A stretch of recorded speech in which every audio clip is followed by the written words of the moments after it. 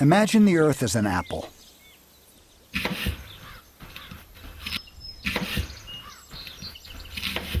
Cut the Earth into 4 quarters. One part is covered by land, the rest by water. Cut the land in half. One of these halves is covered with mountains, deserts, or ice. Cut this last piece into quarters.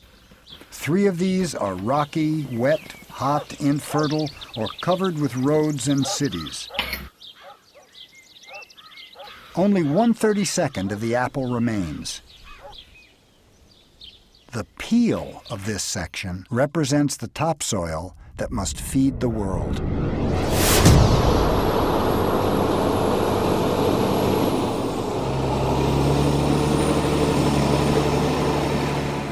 Modern agriculture is war.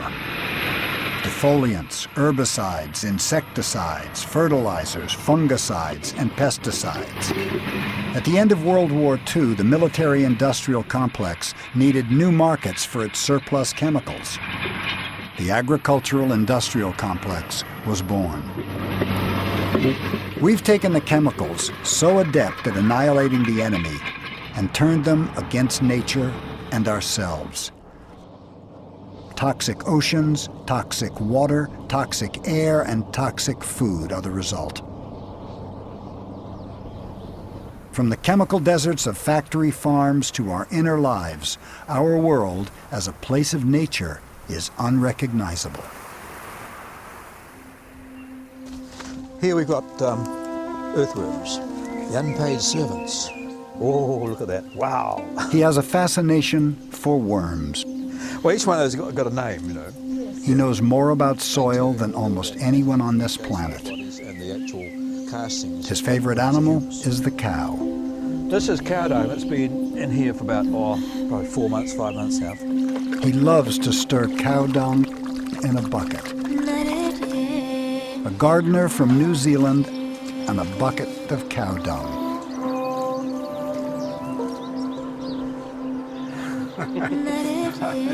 Could this simple recipe be a way to save the world?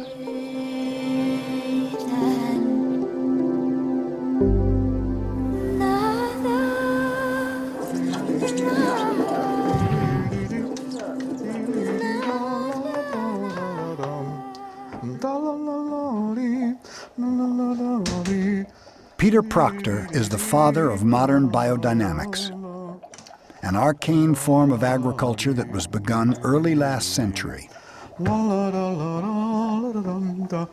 What we need are some cups. For 6 decades, Peter's been farming, building gardens, and advising farmers all over the world. In the last 15 years, he has visited India 25 times. What we're going to take with us? You know, the packing is the next thing, isn't it? So what do you reckon? Peter and his life partner, Rachel Pomeroy, a botanist and astronomer, are now leaving their home permanently. and moving to India. Hugely heavy. Do I really want to go to India? No.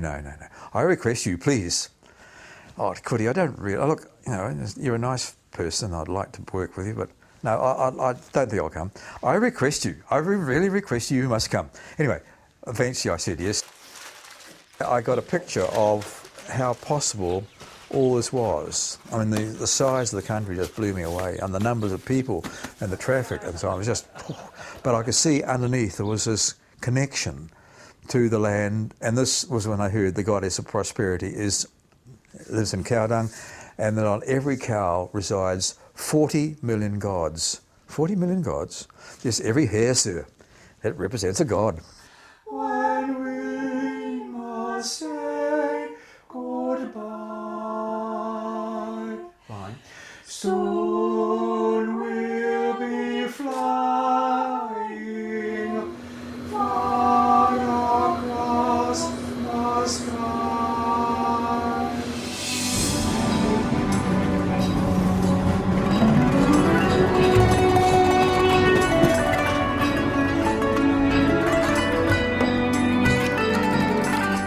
For Peter Proctor, there are no half measures.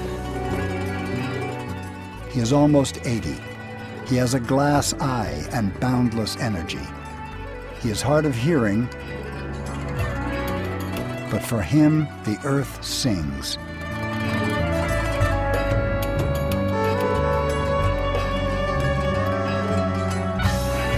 Peter sees India as the completion of his life's work.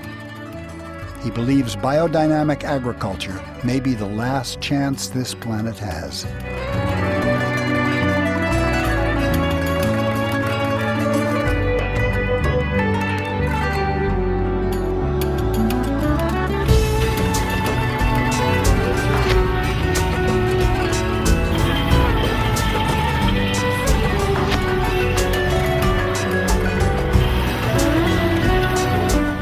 Most of us are far removed from the fields where our food is grown.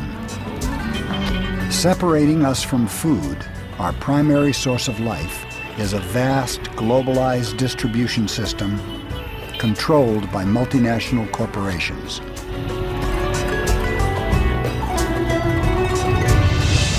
Monsanto is a company which has monopolized seed, almost have monopolized seed, and its only objective is that every farmer in the world, whosoever buys seed, buy from Monsanto.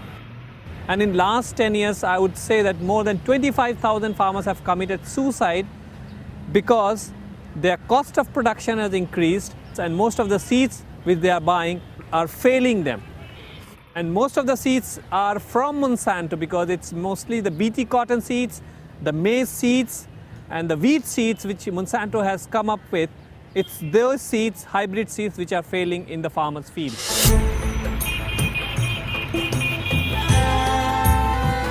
The fight against corporate control of our food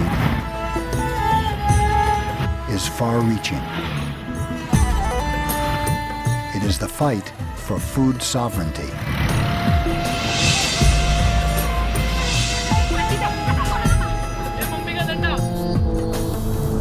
When corporations dictate what farmers must grow, they are controlling what all of us eat. The outcome of the battle for agricultural control in India may dictate the future of the earth.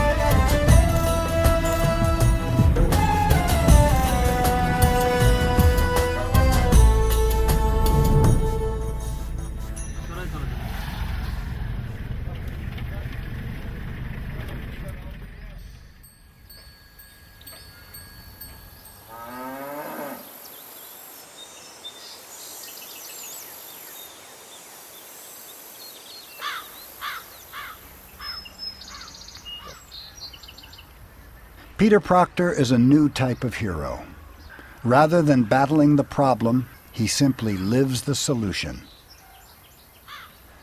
Ignoring the machinations of the multinationals, Peter keeps his hands in the soil. After 15 years of travel in India, he has seen a network of biodynamic farms fan out across the country. He believes a revolution is happening, one farmer at a time. Sarvdaman Patel is one of those farmers.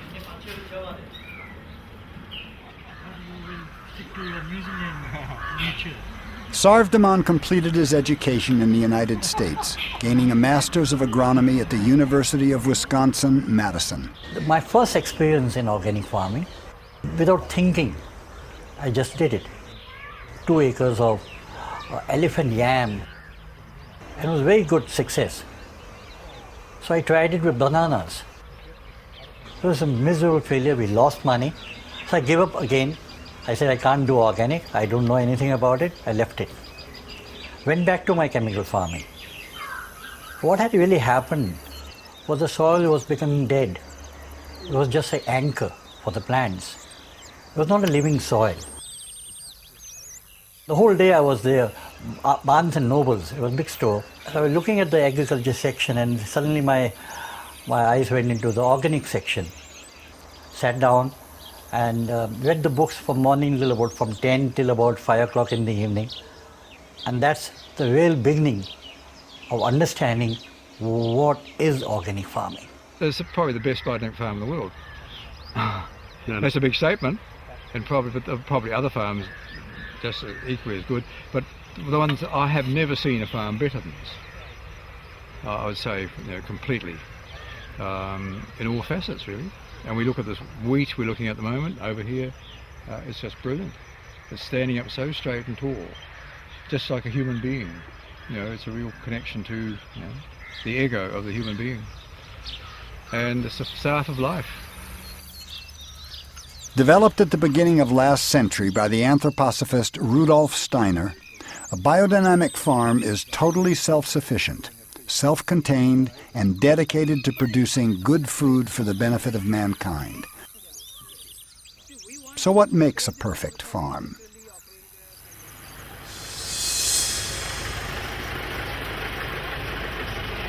India is one of the richest countries in the world, not because of the gold, not because of the diamonds, not because of the rubies, but because of the biomass. What we can grow on our soils. Because of the wonderful temperature, wonderful climate, the moisture, the warmth, the compost is being made from this biomass.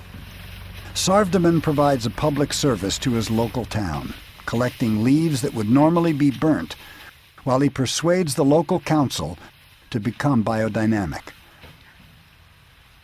The transformation of dead material into life-giving compost is the cornerstone of biodynamics. On top of this, they would be putting the cow dung and some water and some rock phosphate and some seaweed, and it becomes in situ, almost doing it as it goes. Leaves, grass, animal manures, food and garden scraps, practically anything natural can be composted. Observing the labor, doing it the right way. 25% of the garbage in our landfills and incinerators could have been composted. See there, a small pile is left from the last one, which is kind of an inoculation for the new piles which are being built. It has the Azotobacter, Aspergillus, Rhizobium, everything. You don't need any culture from outside.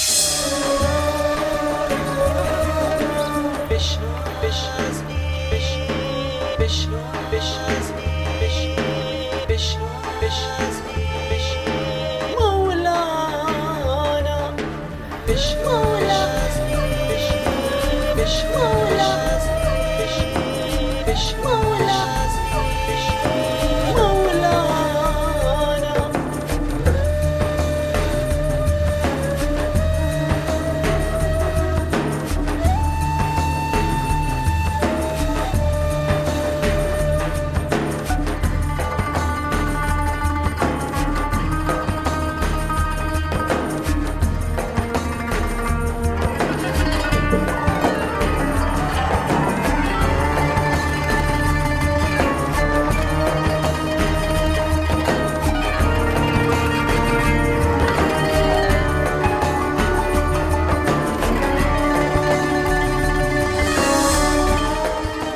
Compost is the only way to increase the humus content of soil.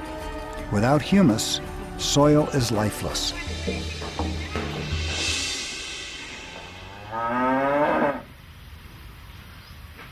The cow, venerated in India, is central to biodynamic farming. With its 4 stomachs, it is a unique animal of digestion. Cow dung forms the basis of many biodynamic preparations. The cow pat pit, known as CPP, is one way of processing cow dung. Detractors call it muck and magic, especially as the recipe contains mystical preparations. So you're getting the processes, not actually quantities of, we're getting the processes of those essential elements that can work in a very natural way. Bringing the effect of the planets into your land. You certainly get very good crops which generally do not have trace element deficiencies. A lot of people just don't like touching dung. They think, ooh, horrible stuff. But actually, in fact, once you start using it, once you've used it, you know, you've moved the stuff and actually worked with it, it's got a lovely feeling, you know. And actually, it's very interesting that the Indian farmers know that it has the sterile qualities, that if you have a cut, they'll put fresh cow dung on the cut. And that actually it sort of sterilises it and you don't get any infections, which is unusual, but it's very hard to believe that, but this is the fact. There's very little smell of that. Maybe the camera can't smell it, but rest assured it's quite sweet. Rudolf does point out that the only things that don't come from heaven, you might say, are phosphorus and potassium.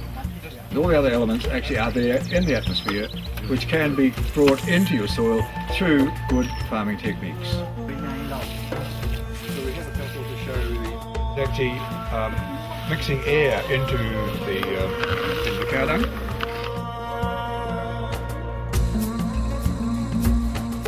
What we do is, in biodynamic agriculture, you are farming the soil, you're also farming the air. But if you have nothing, you know, if you have dead soil, nothing can happen. Bio 2, Bio 3, Bio 4, Bio 5, Bio 6. The 8 preparations that arouse so much suspicion are very simple. Dandelion preparation, which is to do with the silica. They are mixes of herbs, like yarrow and chamomile, and minerals like silica and calcium, all connected with planetary forces.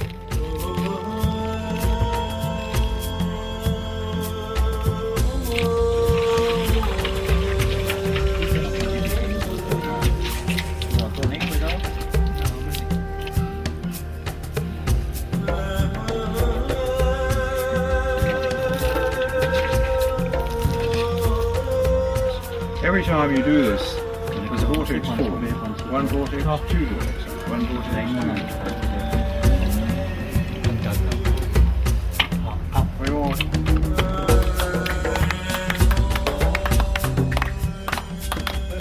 That gives a blessing to the compost or the CPP. Fine.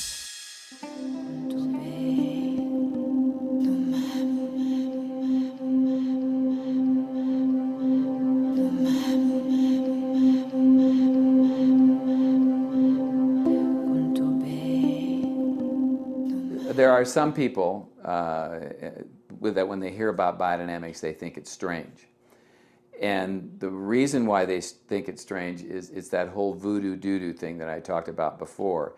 It's strange because of the preparations. That's the big thing. That you have these 8 preparations that Steiner came up with, and in my wildest dreams, it would be very difficult for me. Well, maybe in my wildest dreams I could probably come up with something like this, but they're so different, these preparations.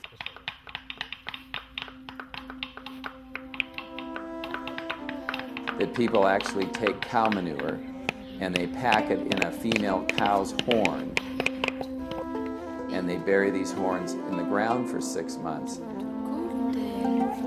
And they do it when the moon's in a certain phase, and they usually do it around the fall equinox.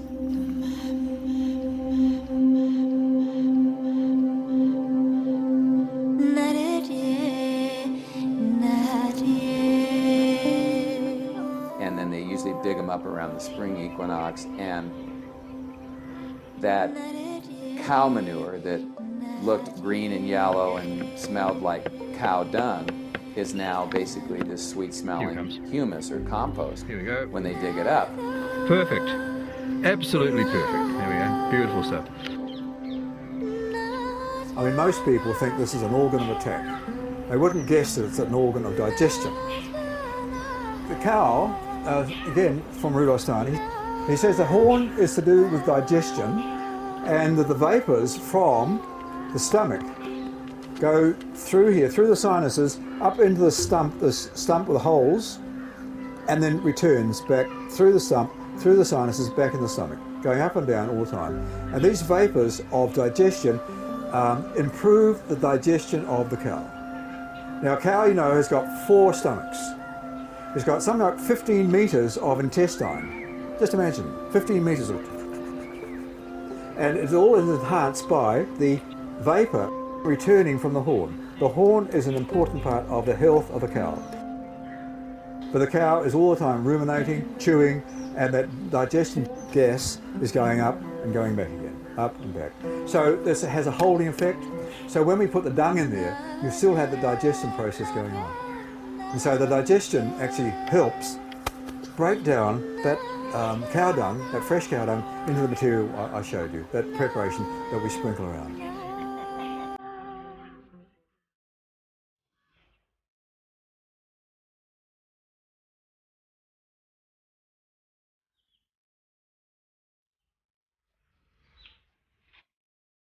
Once matured, the cow horn compost is stirred into water for an hour, or mixed using a flow form. Stirring by hand or flow form creates a vortex, increasing the capacity of water to support life. At the moment the movement is reversed, chaos is created. Out of chaos, a new vortex is formed. The water is imbued with one of the basic principles of plant life.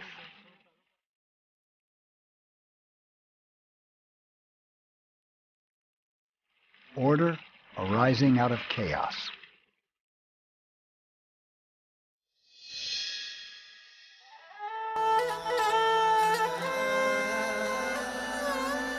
The mixed preparations are then sprayed in homeopathic concentrations.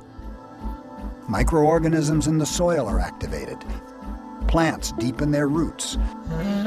Soil structure improves, and worms mysteriously get busy.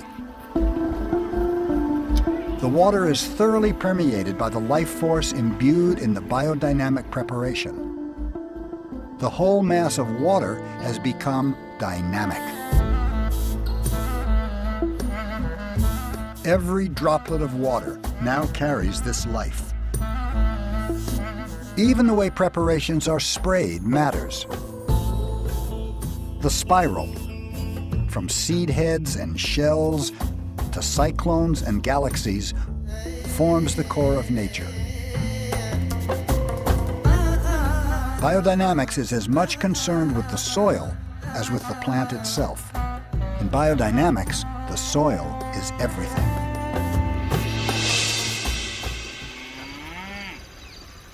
My plowman, he's been working for me for the last 25 years. I asked him, how was the land when you started? He said it was quite hard, like a rock. I said, why? He said, because we were adding a lot of chemical at that time. I said, how is it now? He said, in the last 6 years, we have put in compost and a lot of other things, doing green manure, and it's become like cotton, and even further it's become like butter. It's become like butter. It's so smooth and so easy to cultivate. And I've got some corns in my feet, and they used to pain me a lot when I used to do it 25 years ago. But as of today, they don't hurt me.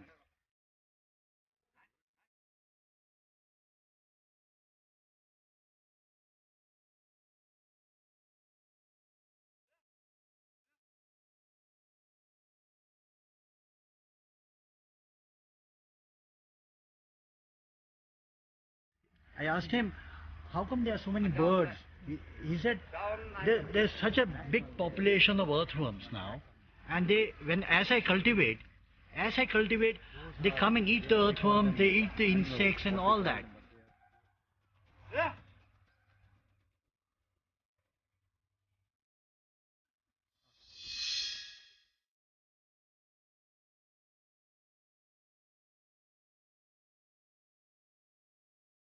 From the beginning of time, we've recognized the influence of heavenly bodies on plants, weather, and the tides.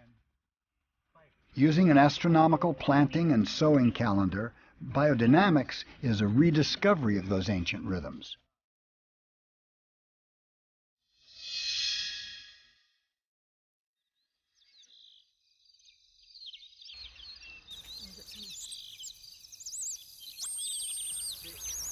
The small caterpillar, green caterpillar, is eating these pods, and it has gone down at the moment, and they'll come up in the morning. All night they'll be trying to eat it. In the morning the birds will come and eat it. This is what it does. Oh, look what it does, that worm. And we can have the insects tomorrow, I think. Maybe I'll try to open it if I have. And the birds eat those insects? Yes. If we do some herbal sprays, we can control it to a large extent. But I feel that birds will do the job tomorrow morning. They'll do it for a couple of days and finish it off. Natural farmers work with nature as a whole to understand that insect, plant, and soil are intimately connected. Healthy soil makes healthy plants, makes healthy people. Good biodynamic pest control includes companion planting, natural insecticides, liquid manures, and quartz preparation. As a last resort, some biodynamic farmers are exploring the use of biological deterrents. Can you shoot here on this? Normally this card, this is what we call Traco card. Yes. Which gives you about 15,000 trachogramma. Really? One card will give 15,000 parasites. Wow. 15,000? 15,000. Oh. So each female will destroy 200 eggs of the diamondback moth. Diamondback moth, 200 eggs will be destroyed by this. We call them egg parasites. This is called Trachogramma chilonis. Okay? Yep. And then The corporate model requires a farmer to grow food to meet market demands. But Sarvdaman follows the biodynamic model, feeding his family and workers first. Sarvdaman then sells or trades his surplus to his local community through a roadside store.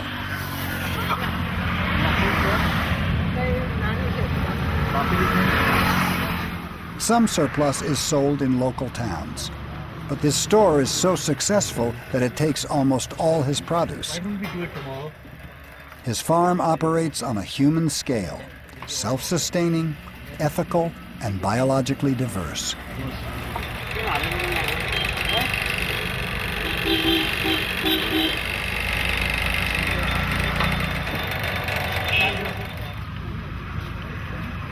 How is it? Great. Yeah? Very sweet. Sarvdaman's farm represents India's localized economies. It is a blueprint for a future when fossil fuels are scarce, when the world's most valuable commodity will be the knowledge of how to farm and the wisdom of how to grow food that is more than just stuff to fill our stomachs.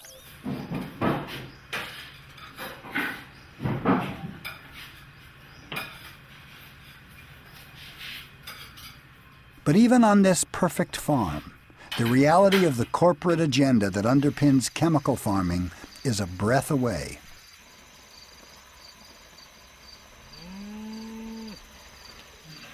See, I should say that Whatever the politics, Peter is resolute in his commitment to be the change he wants to see.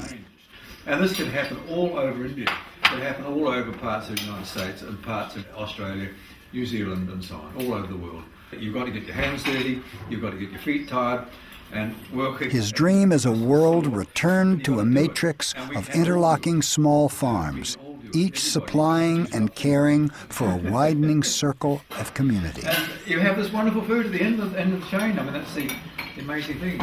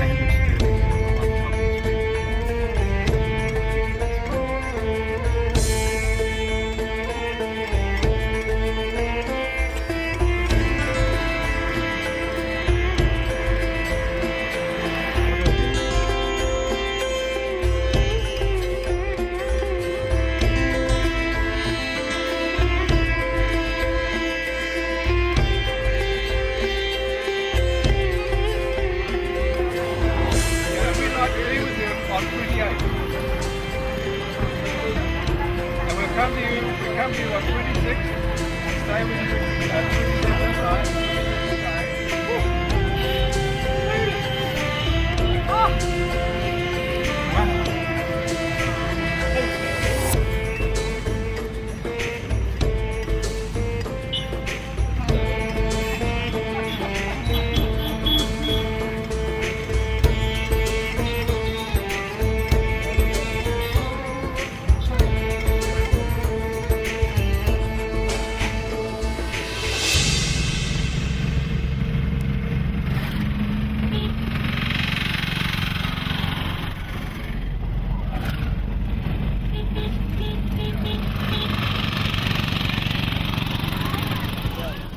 On this journey, at the invitation of Anil Bokhar, a government-employed technical officer in Maharashtra, Peter visits 10 farms a day. How more practical could you be? His schedule would be punishing for a man half his age, but Peter is unflagging in his enthusiasm and his commitment.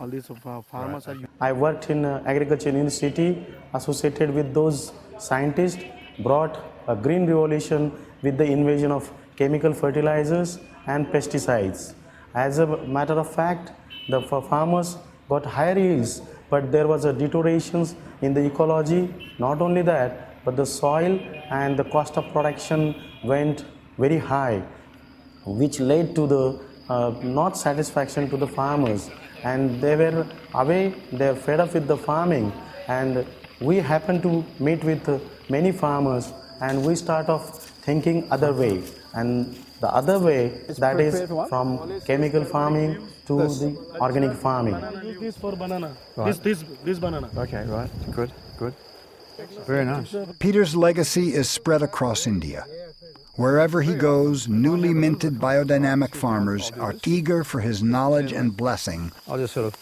थोडंसं टाकायचं Just म्हणजे culture आणखी वाढतं. that helps the culture, you know. हे अजून टाकून द्यायचंय. That's all you need, that much.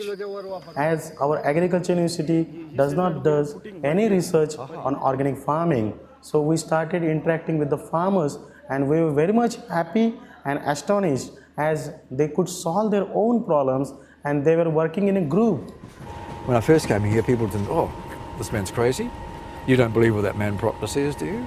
It was the reports I get. But now that's changing, and we're having a lot of help now from the government. Now here we have formed the organic farmers group in each and every village, and we have federated them into a federation at the district level.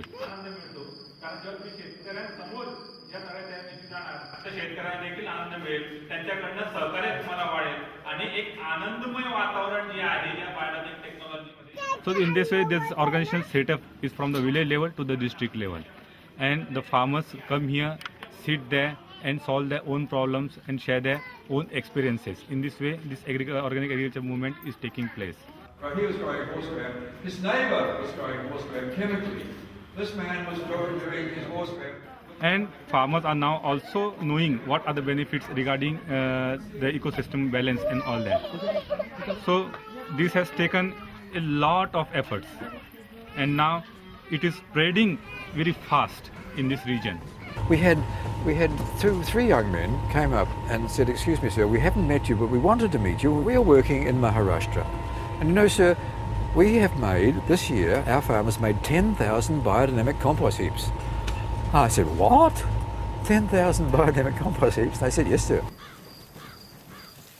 We took near about 1,000 training programs in the Maharashtra with the help of NGOs, with the help of farmers, with the help of State Department, and fantastic results we got. At present, near about 4 lakh hectares area is under organic farming. Last year, we made near about 20,000 BD compost in Maharashtra, and to that, in our district, it was a phenomenal thing to get use of this agro bio waste. And the farmers, they did not purchase anything from outside. Now they are reducing this input cost, and now our farmers from chemical farming, they went to organic farming, and from organic farming they are heading towards biodynamic agriculture.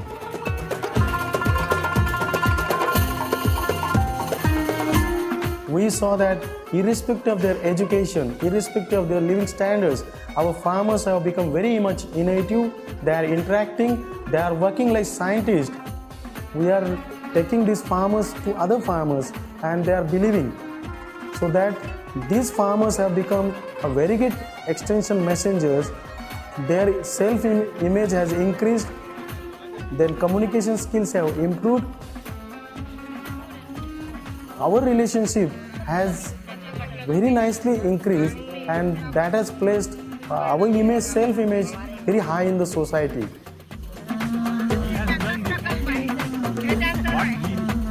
When you tell people about it, and I tell you about it, you tell your friends, and they tell their friends, they tell their friends, and goes for miles.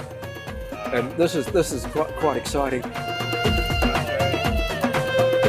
Thousands of farmers throughout India are turning to biodynamics. It is calculated there are more than 200,000 biodynamic compost heaps in India. Yes, definitely we are looking forward for India to be totally organic, as this has been a thought process which will take another 5 to 10 years. It'll start to rot down, it'll get quite hot. Very good. The only thing I would do would be to try and somehow moisten the green. Very, very good. Oh, hang on, just I'd actually put another layer of dry on. Dry your slurry, then this one. Just look at the way the water spread from the wrist down on the hand. I mean, there's a real love in that, you know. One of the problems is that they are short of water, and so they've got to maximise where the water is put. And he has got his own computer. He has made this nameplates at his house. Yeah, see, look at this. Yeah. That's good. Yeah, very good. Oh, this is so nice to see this. So nice to see. Very nice. Oh. It was very slow beginning, very slow. But as I said, this little thing we had in Bangalore in November 2005 showed that this thing is changing. And if it accelerates at this speed in the next 10 years, I would say, conservatively, almost the whole of India could be biodynamic.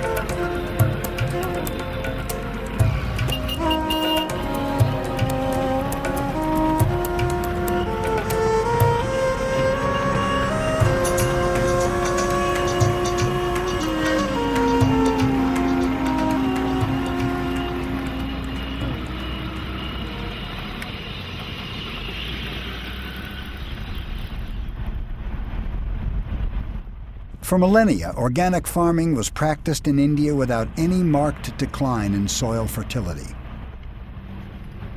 The Green Revolution, which began in the mid-60s, was supposed to alleviate world hunger.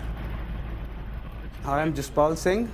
I'm an organic farmer from Punjab, and my father was a very zealous and outgoing farmer, and he was one of the pioneers of Green Revolution, so-called Green Revolution, which has been proven as a killer now, producing lots and lots of bumper crops and doing everything right.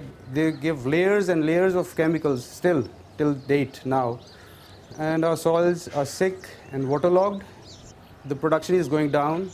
The pest infestation is more. And personally, I was worried, but I didn't have any alternative. Yeah. Viewed holistically, the Green Revolution was a failure. Chemical agriculture destroyed India's natural abundance, farming communities, and soil.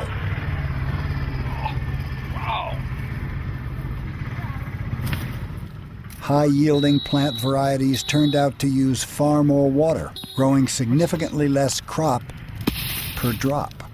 Today, in much of India, the rivers have long since dried up, and the only water is hundreds of meters down. Chemical? Chemical. Urea. Urea. Yeah. Urea fertilizer. Fertilizer. Yeah. Yeah. Oh, heavy doses. Heavy doses. Heavy doses giving them. Heavy doses. Kills all the humus. Yeah. Okay. But gradually that chemical started to erode the quality of the soil, the structure of soil, and it overproduces the bacteria, and the bacteria needed bodily nourishment, so they started sort of tearing into the carbon, the organic carbon, the humus. So the humus actually gradually got less and less and less. Soil from being that high was that high. That high is what the humus was. We just lost it.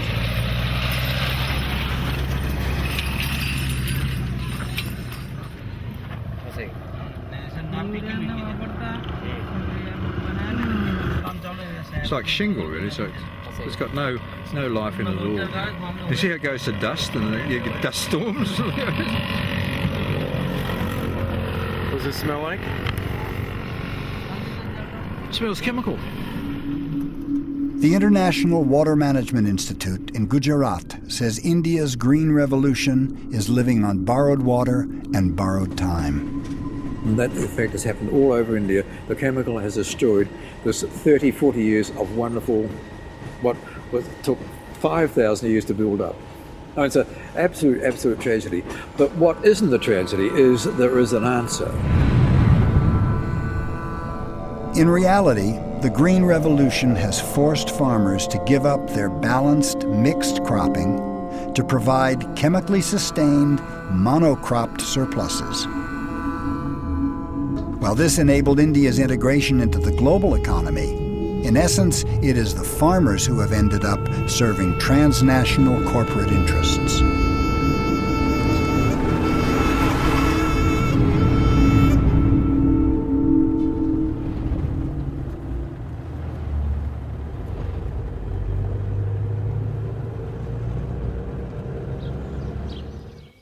The Sardar Patel farm covers 150 acres on the outskirts of the city of Ahmedabad in Gujarat. The farm grows around 30 different varieties of fruit, herbs, spices, and vegetables. The farm also operates a biodynamic plant nursery specializing in rare palms and species for semi-arid conditions. So when we look at the sustainability of biodynamic agriculture and we compare it to conventional agriculture, we're looking at soil quality, we're looking at crop performance, we're looking at financial profitability and environmental quality. So when we look at those four big indicators and we compare them between the two systems, what we find is soil quality is better on the biodynamic farms, and part of the reason is because the biodynamic farmers are adding compost to their soil, so they have better physical properties, things like structure, less compaction, they have more topsoil, their biological activity, meaning their organic matter is higher, they have greater microbial activity, more earthworms. When you look at the chemistry of the soils, and you compare them to the conventional, the results there have been probably a little bit mixed, where sometimes it favors the biodynamic, sometimes it favors the conventional. But the chemistry is the easiest thing to change because you can always add natural or synthetic chemicals. The hardest thing to change are the physical and the biological properties. And in those instances, or in these studies, the biodynamic farms are always better. Well, this is good CPP. It's got a nice texture, and it's also got a very good humus forming. And the humus content you can tell by actually spreading it out like that, you see, and it's very smooth between your fingers, and you can actually smooth it like that, and it's got no smell of cow dung at all. It's all ready to go, and it's just full of the right sort of bacteria, fungi, and all the right micronutrients in the soil. You know, it's all the biological life is in the soil is encapsulated with that. And this is what a lot of people are isolating and selling as biofertilizers, and making so much money. But the farmer can make his own. Yeah, a lot of people follow. Oh, this is Siddhapur farm, organic. Give me some of it. Or come to my place. Pass by my place. When we look at profitability, usually the profits are the same or even higher with biodynamics. And part of the reason is because with biodynamics you get a premium, just like you do with organic food. And that premium can range anywhere from 10 to 100% more. Studies that look at environmental quality comparing biodynamic with conventional systems, or comparing even organic with conventional systems, the biodynamic and organic come out on top.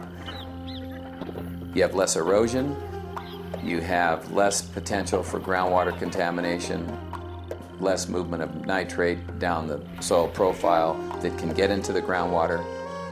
Obviously you don't have the synthetic pesticides that you're putting on, so there won't be the residues in the crop, and there won't be those going into the groundwater either, or running off the soil. So when you look at environmental quality, that's higher on the biodynamic and the organic farms versus the conventional farms. This is for the powder that we are. Oh, I see. Oh, here we go. And then the final thing would be if you look at energy efficiency. I haven't seen studies looking at biodynamic with conventional farms, but there have been a number of studies that have compared organic with conventional farms, and the biodynamic farms would be very similar to the organic. And in those studies, the organic farms are always more energy efficient. These are about a little over 3 tons of amla that we are sending for processing. Yes. In fact, we have to send in about 20 tons. So daily we are picking about 3 tons and sorting. When we talk about sustainability, it's basically a utopian idea where a farm has to be building the soil. Wow, that's good. Conserving the natural resource base, producing adequate yields of high quality, making a profit,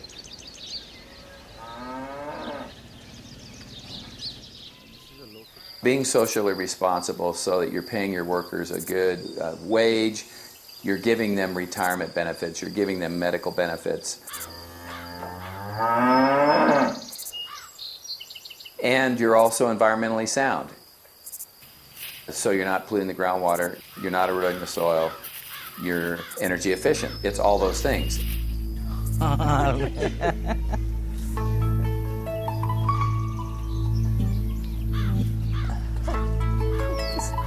at this. Beautiful shot. Wow. When someone says, oh, my farm is sustainable, it doesn't matter what the system is, you measure all those indicators. And when studies like that have been done, biodynamic and organic farms come out better. They tend to be more sustainable than conventional farms. And so in the long run, they're much more sustainable. The problems that we are experiencing that are causing concerns about conventional agriculture are the following. We see areas where we have groundwater contamination. Because we now have contamination of pesticides and nitrates in groundwater. People drink that water. They're now concerned about our agricultural systems. We have erosion. That's a problem with a number of conventional agricultural systems. We also have farm worker safety, farmers being exposed to pesticides. That's a question. Energy is a big question. Some microorganisms can actually fix nitrogen by themselves or in association with plants, and they can take that nitrogen from the atmosphere and give it to the plants. Well, now we can take it, but it costs us energy to do it. We use fossil fuels. That is a big concern as we go into the future because the cost of energy is so expensive. In this particular one farm south of India where they've got a salt problem, you know, there's just no biomass there at all. There's no humus in the soil. There's no absorption of the rain just runs straight off. There's no water in the underground, and they're still having to irrigate because they've got so much chemical. They've been putting so much chemical on the land since the Green Revolution to neutralise that and to grow the crops. They've over-irrigated, they've taken all the sweet water and all they're left is salty water. And so they're irrigating with salt water, so they've got a white crust over the whole of the land, you know. We are actually in a pretty bad situation. Probably I talk more about this than perhaps the biodynamic part, is actually the water, how we've got to have water to go on living. We can't drink salty water because it makes you thirsty.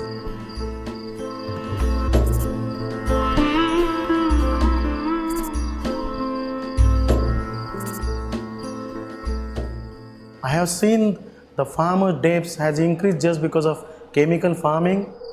With the high cost of seed, other thing, he has to go for higher input.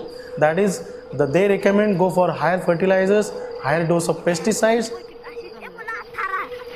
No doubt my farmer got higher yields, but he forgot that with these higher yields, higher debts are increasing just because of higher cost of input.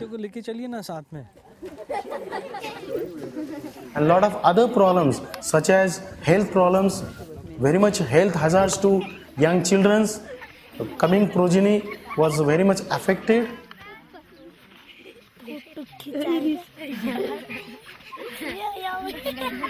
Then we started thinking this is nothing but the result of chemical farming which we are seeing, and this came from the farmers themselves. As the failure and true cost of chemical agriculture escalates, thousands of small farmers are turning to biodynamics. Well, the water problem is actually finding water, the wastewater, which is mainly water from the washing the dishes, is just running away. And it's fairly pure because they don't use soap, they use wood ashes for cleaning the dishes. And so you've got a wood ash combination there, which is fine, and that can be saved and used regularly on the compost. That would be enough to keep all this compost we saw moist.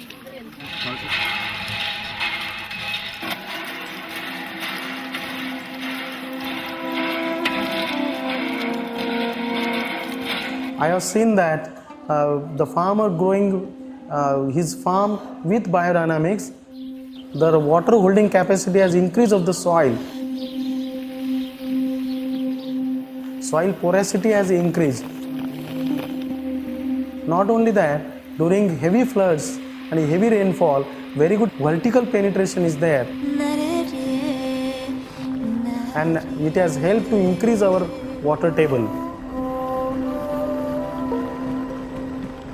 The other good thing is that people are reporting that they're using up to 50% less water in biodynamic agriculture. So if you imagine a country like India where they use a lot of water in agriculture, using half of that, that's a huge saving.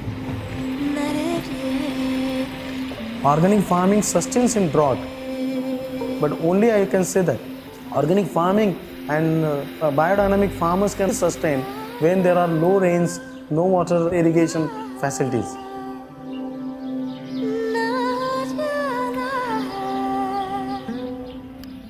In the public perception of the West, India is an undeveloped country. Small family farms dominate the rural sector. Sustainable agriculture, farming that is not controlled by corporate agendas, is the key to a harmonious society. And there's nothing undeveloped about that. During chemical farming, just due to higher depths, Our farmer was away from his family. Always he was worried about his family prosperity, and he was not happy. His family members were not happy, committing a lot of suicides and not going for education. But this organic revolution has brought up a very great social change. Now whole family is again united. They are respecting their elders, living together, working in the farm together. Even they are involving their women. They are thinking of organic. They are always eating organic, and they are working for organic. Harmony has developed.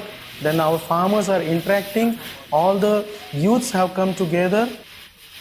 They are helping one another. They are solving their problems.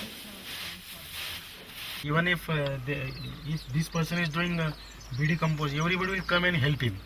Then they will complete this work. Then they will go to another field.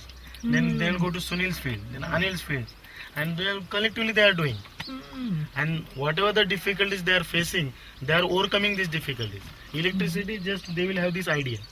Labor problem, they will do there themselves. Then if there is a shortage of cow dung, one farmer will give to another farmer. Like this, they are helping and solving their problems. Every problem they are solving. Sitting together, working together. That is a great change which we are bringing in rural prosperity. Now we are giving them another messages besides agriculture. That is health, that is about education, family planning. We are bringing all these things to bring an integrated, holistic rural prosperity. As far as the children and their family situation is concerned, I would like to tell you, we have an open house event every year, where the farmers and their families come, and it's like an interactive event. One of the ladies came up to speak, and she said, I'm so happy to be doing organic and biodynamic farming. I'm happier, the situation, my family situation is happier. I can now afford to send my children to school, and not only that, I can afford a little bit extra for them.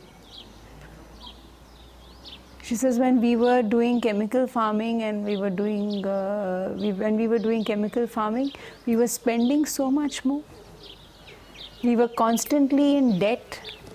I could have never dreamt of providing these things to my children that I am doing now. These are the words of that lady who, it brought tears into our eyes when she said something like this, because we here talk of the economics of separate farming systems, but this is how it affects them. These are the beans which are washed, then these are kept in the trays, and this weighs 500 grams. People in the market have realized the importance of organic food as a part of health, and so they are ready to pay higher price. As the quality is good, keeping quality is good, smell is good, taste is good, and this is making a clear-cut difference from a conventional farm to the organic farming. Then black sesame again. Commonly known as peanuts in our country. Peanuts? Peanuts. The Patel farm is so productive, they process a range of fruits and legumes that are sold across India. A sustainable farm is a regenerative, living organism that maintains its productivity and usefulness to society indefinitely. It is resource conserving, socially supportive, commercially competent, and environmentally sound.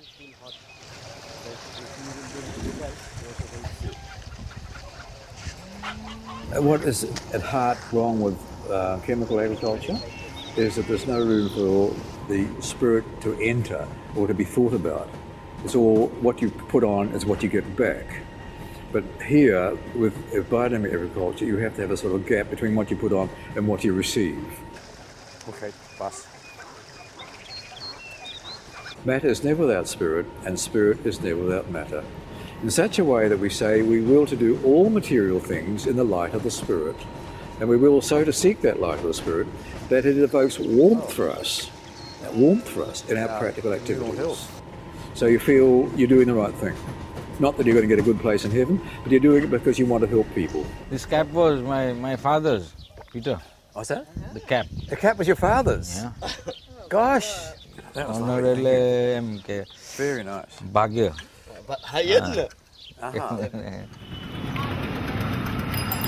The Sardar Patel farm operates a very successful fresh organic box scheme throughout the city. In a globalized market, local agriculture that returns independence to farmers and enables direct contact between growers and consumers is a revolution.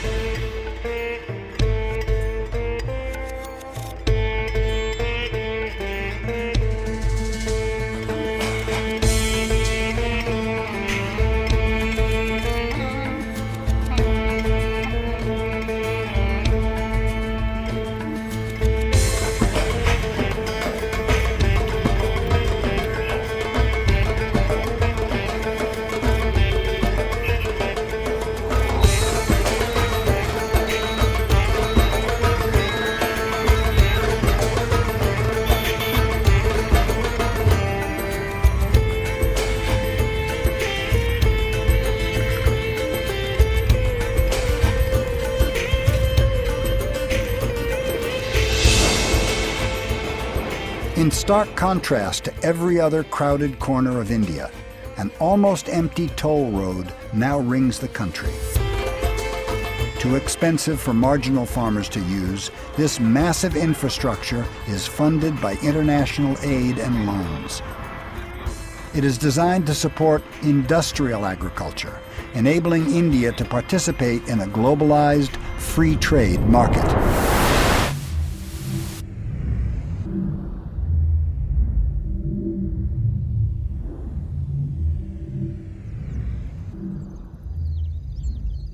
At the Mahatma Gandhi Ashram in Ahmedabad, we are reminded of the essence of Gandhi's message: food sovereignty, the right of all people to define their own food and agriculture free of international market forces. In 1930, Gandhi led the legendary Salt March. It was an act of civil disobedience against British law that made it illegal to manufacture, collect, possess, or trade in salt. We also want the similar independence where we have our own freedom to grow whatever we want, to eat whatever we want. We don't want any Monsanto or Syngenta to tell us what seed we grow, what crop we should harvest, and what food we eat. In India, more than 60% of the Indian population are dependent on farming, and they are mainly the small and marginal farmers with maximum of 1 hectare of land.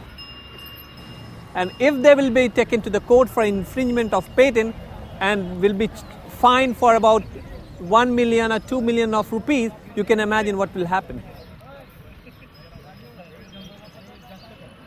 The major campaign in India which is going on is promoting and encouraging the alternative forms of agriculture. Whether you call it organic farming, you call it biodynamic farming, you call it natural farming, these are basically non-toxic, non-chemical forms of farming where farmers are practicing a farming which doesn't require any use of chemicals. But the second advantage is that they are not required to use Monsanto seeds. They are not required to use any hybrid seeds in these sort of alternative forms of farming. Once you have the seed in your hand, the indigenous desi varieties of seeds, they can plant it year after year. They are exchange it with the neighboring farmers. They can sell it as seeds. While if they grow Monsanto seeds, they can't even use it next year. Not only because it has got patent on it, but this is genetically not allowed. In several areas in India, the movement is going on to declare their region, their villages, their taluks as no GMO zones. Then there are farmer unions who are putting their act together to tell their farmers, to tell their cadres not to grow BT cotton, not to buy chemicals.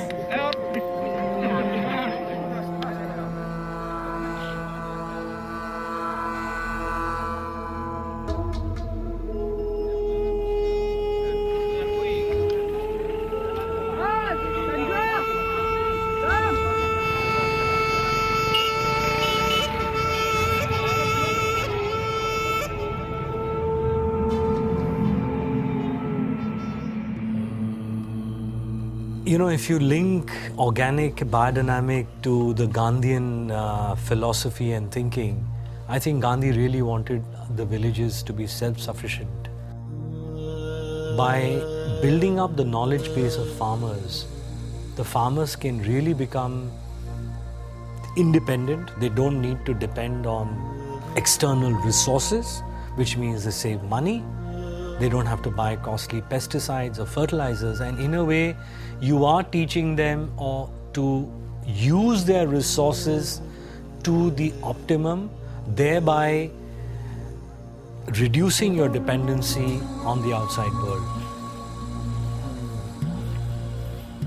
And in a way, one of the core functions of biodynamic is to close the cycle. The farm should be able to produce what it needs for its soil fertility, etc. So I think there is a direct correlation, and I'm sure Gandhi would be very happy to see the growth of the organic and the biodynamic movement in India.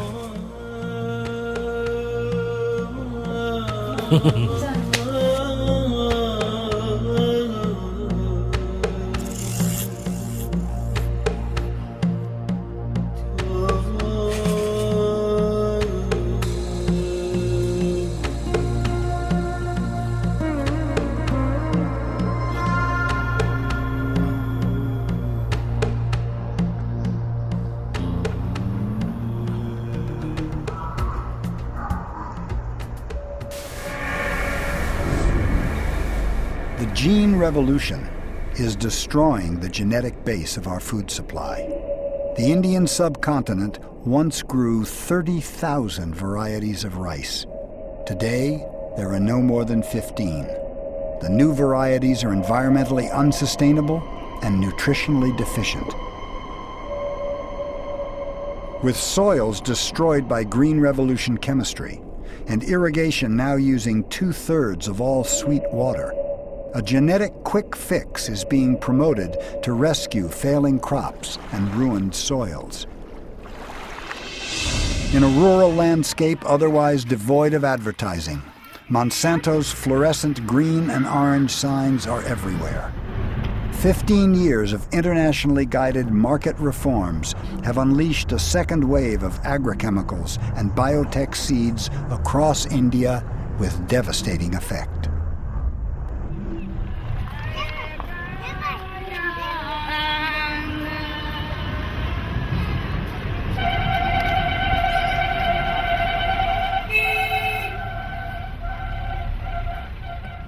Biotech seeds cost nearly 400% more than conventional seeds. Farmers often find their yield is 30% less. The quality of genetically modified cotton is markedly lower. It has no resistance to India's primary cotton pest, the pink bollworm. The balance of nature is so disrupted, other pests proliferate, and pesticide use increases. Weedicide. Seed dealers get huge commissions from suppliers. 2,4-D is a hormone, recognised hormone in weedicide. No, I see. It's old as the hills. Farmers are often forced to take the genetically modified seeds as part of a credit package. Chemicals and pesticides. A 2006 report found that 60% of Indian farmers using genetically modified seeds could not recover their investment, let alone feed their families. Late Wednesday, in his first trip to the country, he was greeted the next day. In despair, 150,000 Indian farmers have killed themselves since 1993. Some drink their pesticides, while others burn, hang, or drown themselves. And we have stories in the corporate press in India which are unbelievable. In March 2006, Indian Prime Minister Manmohan Singh and U.S. President George W. Bush signed an agreement that could bring Indian agriculture under the control of multinational corporations. In New Delhi alone, tens of thousands of demonstrators took to the streets. Crowd estimates varied from 250,000 to 700,000. Under the guise of patent rights and seed ownership, this agreement will impose a new kind of serfdom on the rural people of India. Tens of thousands of farmers have committed suicide. And yet, we arrived here with these corporates like AES and Cogentrix and Unipal. All of them have such dubious records. It's really unbelievable. And yet, if you see the way the CEOs and the corporates are fawning over him. And I have to mention this, that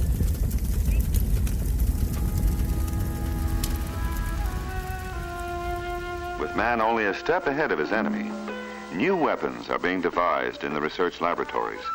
Thousands of new compounds and control techniques are being developed and put through countless tests. Is there a potential hazard to man and animals?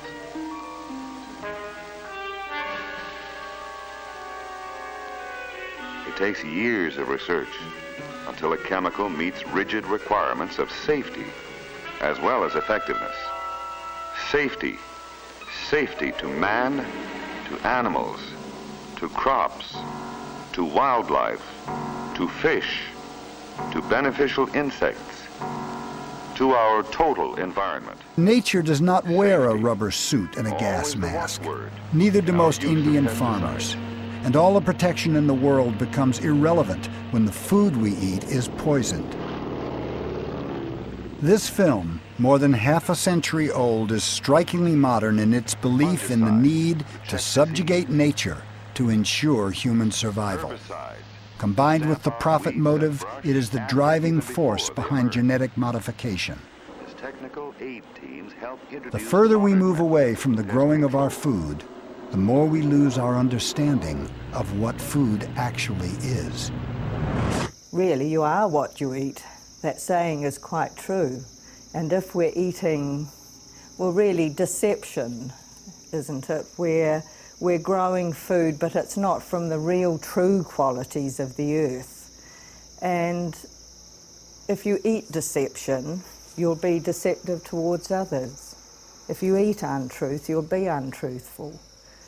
And we're putting our children at such a disadvantage, starting them off in life eating food that isn't true food. How can they grow into true moral people if the food is not supporting that? That's how I feel about it. Connect the agribusiness dots. Chemical farming demands expensive, escalating inputs. Promised benefits do not materialize. Families fall into the type of poverty that requires international aid, often in the form of the very grains and legumes they once grew successfully. Viewed cynically, it could be seen as the perfect business model. Build a market by creating a need that did not exist, and then expand that market until it wraps an entire nation in dependency. World hunger is not caused by food scarcity. It is caused by trade liberalization, industrial agriculture, genetic engineering, and military dominance.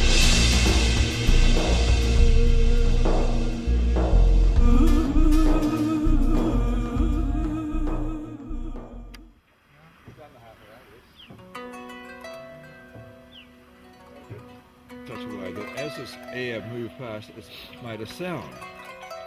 It's kind of ooh, like sort of tone. And they knew this, of course, and so they I suppose they knew how to build the right sort of forms, you know, to get that sound. It's quite fascinating, really, but it happens all over. Wherever I go, that's what it is. BioRe stands for organic and biodynamic farming. BioRe stands for transparency, stands for 5 years purchase guarantee to farmers, stands for long-term partnership, long-term commitment. We don't just treat our farmers as suppliers or as just sources of production. And one of the main tasks that we have here is to be able to make the soils of the farmers healthy so that they can farm their lands for a long period of time. Interesting this time, once you've been doing for half an hour, the viscosity of the water changes. It forms a vortex very quickly. In fact, some of our students have done sort of counted the number of revolutions at the beginning of the stirring to get the vortex, and then count the number of revolutions at the end of the hour, and they find it's about half the number. It's quite incredible, yeah. The water becomes kind of viscous, you know, it's amazing. We cannot sell the goods as organic or in conversion till the farmer is 12 months free from chemicals. Okay, your turn. So what we are actually doing is that we are buying the first year goods from the farmers, paying them 10% over the market price and selling those goods as conventional goods. And also, if there is a crop failure, for instance, our field staff can assess the situation, and the association is well within their mandate to consider remuneration or just a grant to the farmer just to make up his crop loss.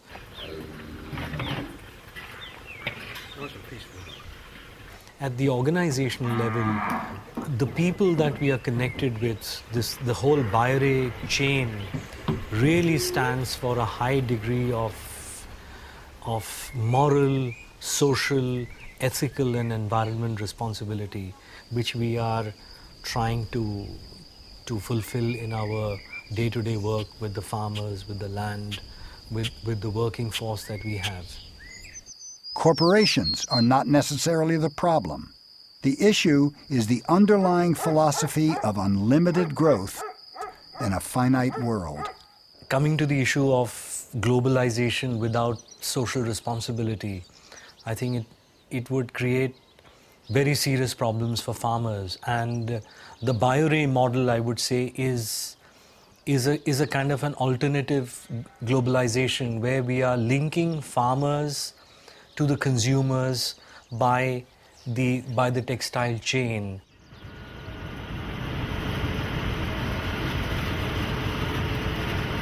Free trade and fair trade, I think there's a big difference. What the fair trade initiatives like BioRe, what we are really trying to do is that we are bringing the consumer and the whole production chain, the whole manner in which the product is made and the farmers, somehow we are linking them and bringing them closer. And in a way, we are also satisfying the consumer that, look, by buying this product or by using this product, you are supporting communities or you're supporting groups of farmers either to change or to improve their livelihood, or you're in a way even helping to elevate poverty in a sense.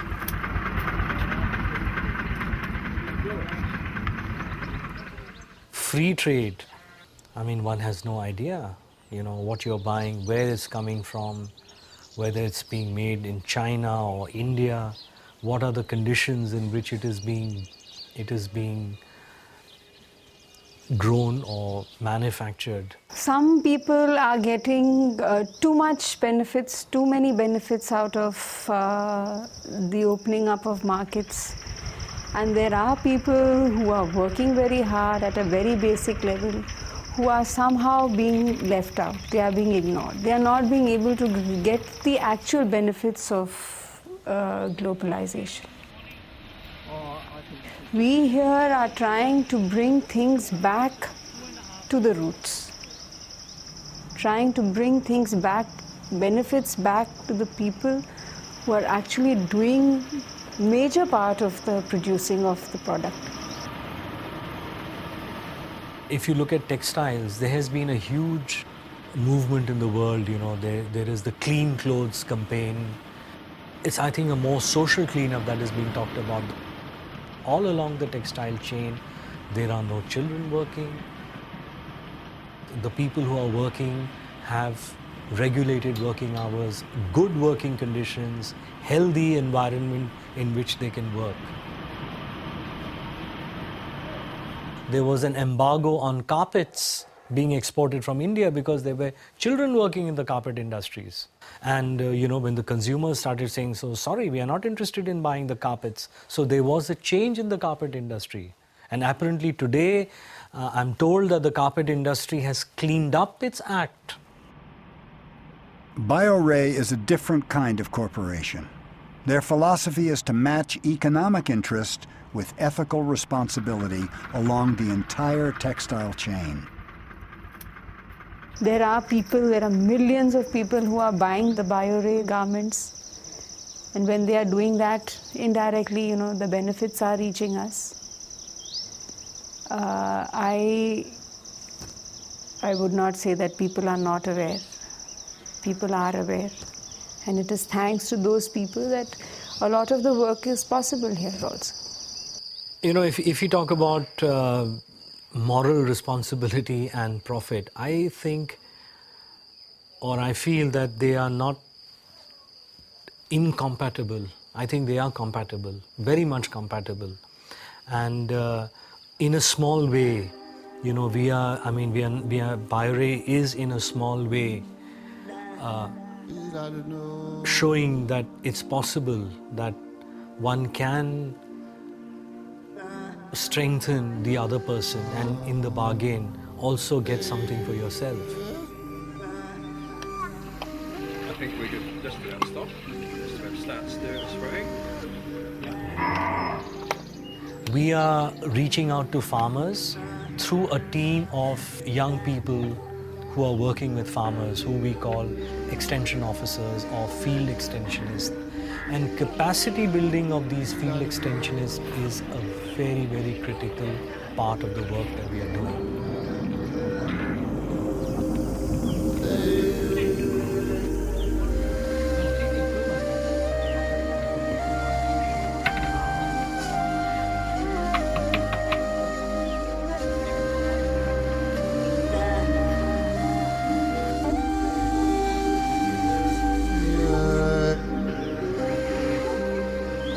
In biodynamics, the flow of energy is reversed. It is a profound local alternative to the corporate model of globalization that is incapable of addressing the human need we all share for self-realization and self-determination.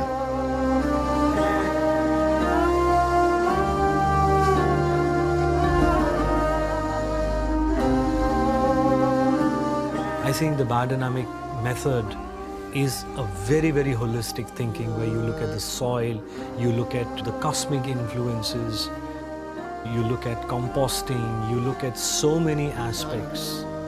Considering all these aspects, I think it's a very, very holistic approach that we are at least trying to bring about.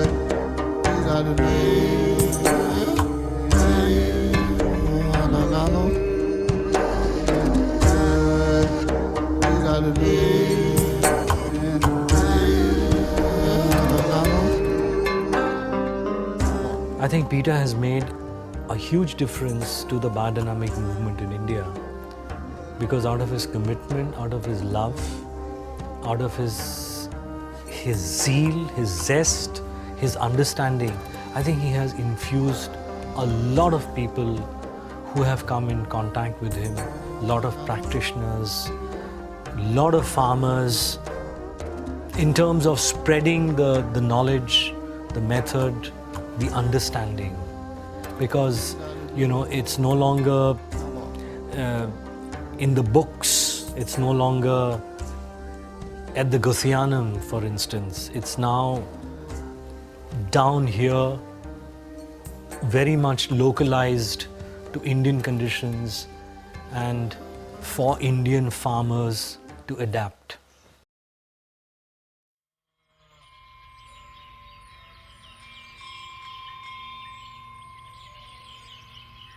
You know, biodynamics, I would say, for us is so special. It is so close to our heart. It is, sometimes I feel it is, you know, it's too simple to be true. That we actually gain strength from the quality of the food, which actually reflects in our thinking and our thoughts. And that's the very, very important thing. Just come. Right, okay. Aha. Okay, I'll take a wee while. Steiner points out that the food actually helps you make moral decisions or moral thoughts. It's not just stuff to fill your stomach, but actually gives you a real quality of thought, and you realise that this is what the world is needing. It really is needing, and you see our leaders of countries, it's horrible what's happened and the things that come to surface, and you know jolly well it's because they're not thinking properly. And so Steiner points out that how important to have spiritual thoughts. It doesn't mean to say that you're holier than I and so on, but it's actually a world thought, a heart thought, respect and concern for other human beings. I think this relates to a respect for the land. It comes out of that. To people sitting on the other side who are watching this, I would like to say that you really, really can't imagine what it is to be on the other side, in this side of the production chain. And when you promote something like this, you cannot imagine how many lives you are reaching out to. It's not bad, is it? That's quite nice. Yeah, it's good. Well done. Yeah. Very nice. Actually done it. You cannot imagine what areas of their living, of their well-being, you will touch when you promote something like this. Am I underestimating the power of a company like Monsanto? I'm not underestimating the power of the individual farmer in India, the small farmer, and they don't want to buy stuff.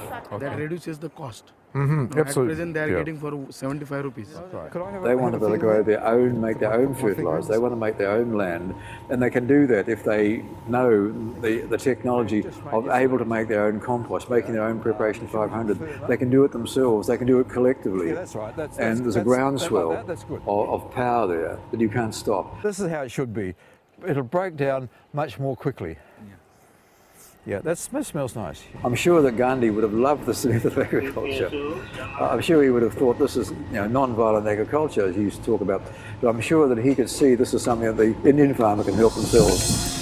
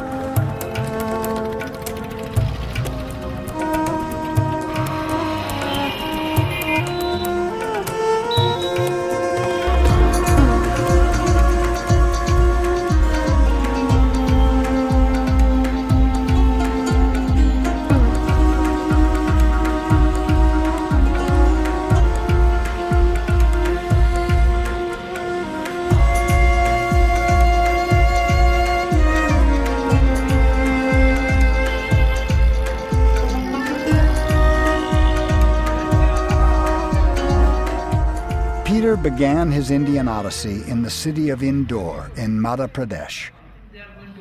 Back then, the university supported his work. The professors of soil and agriculture that joined him in the beginning have now retired. I've met so many wonderful, wonderful Indian farmers. I mean, wonderful people. You've met some of them. There's a lot more that you haven't met. And they're so compassionate, so appreciative, actually, of this knowledge. They actually spray the 500. Australia 501, and the difference in the crop from the neighbours is amazing. I believe that India could be always the hope of the world, and that's basically why I've thrown my hat in the ring in India, because I realise this is one country where biodynamic agriculture could take on, and the Indian folk are the sort of kind of born teachers, and they can move out and they can go into right throughout India. They can go to neighbouring countries where a white face isn't appreciated, but the Indian face would be, and they can tell other countries what biodynamic agriculture is all about. I just feel there's a huge, huge possibility there. Biodynamic. In-house, biodynamic. Bio means wife.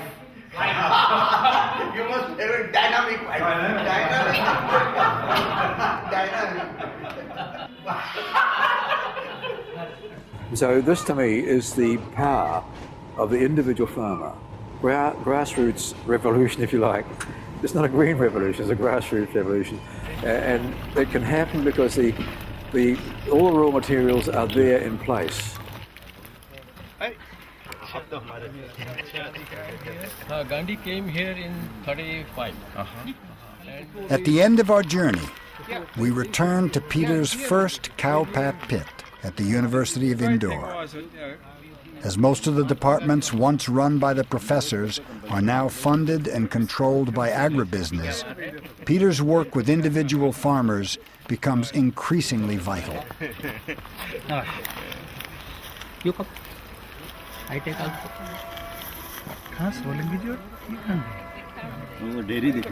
It was so hard. I didn't realise it was so hard. They had to dig the holes with a crowbar. It was bright yellow. And I thought, oh my God, we can't make 500 here. It's not going to work, you know. This bright man here said, you know why, Peter? We didn't put any water on it. We didn't shelter it. We didn't shade it. We'll do it again. And so we did the following October, and it turned out perfectly. I wonder what can bring an end to this whole structure that's really holding us back with the agribusiness, we call it, where it's all within a big financial economic framework, and that determines how we act. The simple answer, I suppose, is that for people to take the courage to say, I'm going to work with what I know is right. This is what Rudolf Steiner was absolutely adamant about. We are responsible for our own actions. We have to think in the right way. Unless we have the right food, we can't think properly. So this is basically, you know, what I'm talking about. And this is probably, my speech is speeding up, and this is because I'm, you know, quite excited about this. But the interesting thing for me is that I can see it can happen. We can get it to happen. It's just, I mean, here there's so many wonderful, wonderful people. I mean, you've met them already. And there's more and more around that you'll meet tomorrow and the next day and so on. They are all here. More production than chemical. वो बोल रहे कि एक आदमी अगर वो 500 steel कर रहा है, मैं भी कर सकता हूँ. I'm just absolutely amazed. I really am at the amount of work that here and in Galjoan has actually happened. You know, to me, that is the big thing for this district, or the area, Maharashtra generally. What water you have, you maximise the use of it. It doesn't go whoosh straight away. It actually goes in and stays there for a while, even another 2 months. It makes a huge difference. Involved in making preparation 500 in 1994 at Symphony Homes. What would it take for the world to change? You know, I believe that if you are the world, or if I am the world, I have to somehow change the way I work or change the way we work. And it's only by these small changes that one can make a difference. I mean, of course, the work that we are doing is very small if you compare to the scale of the farmers. But I'm convinced that it's only small initiatives that can make a difference. And I firmly believe that, you know, I am the world or you are the world. And if you change, the world changes.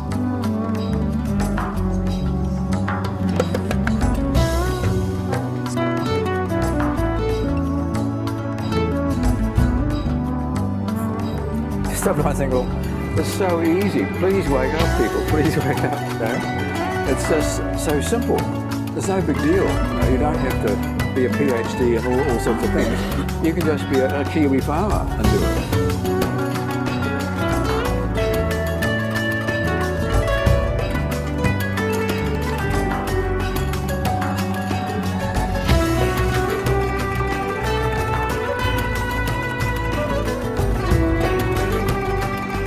Peter and Rachel now live at the Bhaktivedanta Academy for Sustainable Integrated Living near Mysore on the banks of the Kaveri River. Peter still travels by train throughout India and will continue teaching for the remainder of his days.